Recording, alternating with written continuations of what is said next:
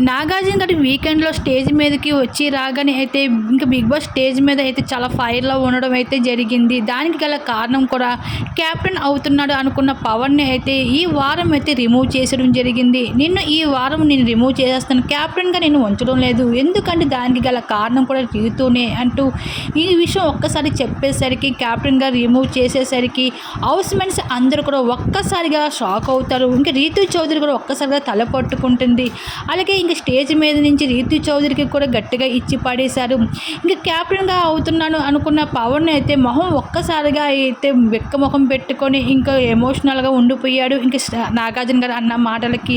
అయితే 'big boss' హౌస్‌లో మరి ఈ వారం అయితే కెప్టెన్‌గా రిమూవ్ చేసేయడం జరిగింది పవన్‌ని. మరి ఈ వారం మరి ఈ 'బిగ్ బాస్' హౌస్‌లో ఎవరు కెప్టెన్‌గా ఉండబోతున్నారా? లేకపోతే ఎవరైనా గేమ్స్ పెట్టబోతున్నారా? మరి చూడాల్సిందే. అయితే దీనికి గల కారణం కూడా రిమూవ్ అవ్వడానికి గల కారణం కూడా రీతుయే అంటూ ఇంక ఈ విషయం పైన అయితే రీతు కూడా చాలా ఎమోషనల్‌గా ఇంక ఉండిపోయింది. దీని మీద మీరేమనుకుంటున్నారో మీ అభిప్రాయం తప్పకుండా కామెంట్ సెక్షన్ షేర్ చేసుకోండి.